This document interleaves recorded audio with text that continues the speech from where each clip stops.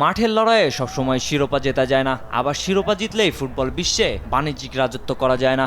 তবে এই দুই বিপরীত মেরুকে যেন একই সুতোয় গেঁথেছে রিয়াল মাদ্রিদ।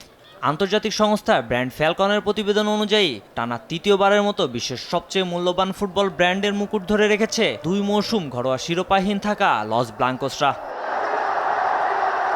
প্রতিবেদন অনুযায়ী গত এক বছরে রিয়ালের ব্র্যান্ড মূল্য রেকর্ড 25% বেড়ে দাঁড়িয়েছে 276 কোটি 60 লক্ষ ডলারে। এর মূল চাবিকাঠি Santiago Bernabéu stadium.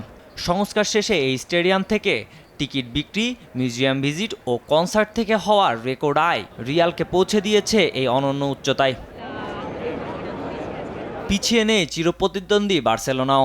Coach Hansi ফ্লিকের অধীনে লা লিগা জয় এবং ক্যাম্প নুতে ফেরার সুবাদে 15% ব্র্যান্ডের মান বাড়িয়ে 200 কোটি ইউরো নিয়ে দ্বিতীয় স্থান ধরে রেখেছে কাতালানরা।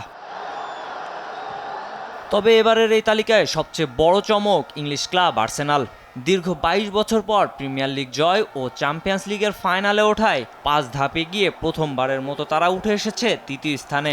অন্যদিকে ঘরোয়া ট্রেবল জিতে 2 ধাপে গিয়ে 4 নম্বরে বায়ার্ন মিউনিখ এবং পঞ্চম স্থান ধরে রেখেছে পিএসজি। ব্র্যান্ড মূল্য বাড়লেও প্রতিদ্বন্দ্বীদের চেয়ে পিছিয়ে পড়েছে 3 ইংলিশ জায়ান্ট। পেপ গার্দিওলার বিদায় ও ইউরোপের কম সাফল্যে ম্যানচেস্টার সিটি নেমে এসেছে 6 নম্বরে, লিভারপুল 7-এ এবং ম্যানচেস্টার ইউনাইটেডের অবস্থান এখন 8-এ। চেলসি নবম স্থান ধরে রাখলেও দীর্ঘ 1 দশক পর শীর্ষ 10-এর অভিজাত তালিকায় ফিরে এসেছে জার্মানির বরুসিয়া ডর্টমুন্ড। ব্র্যান্ড ফ্যালকনসের তথ্য মতে বিশ্ব ফুটবলের শীর্ষ 50টি ক্লাবের মোট ব্র্যান্ড মূল্য রেকর্ড 2390 কোটি ইউরোতে পৌঁছেছে, যা 60% ধরে রেখেছে শীর্ষ 10 ধনী ক্লাব। কাজী মাহিম হাসান, RTV।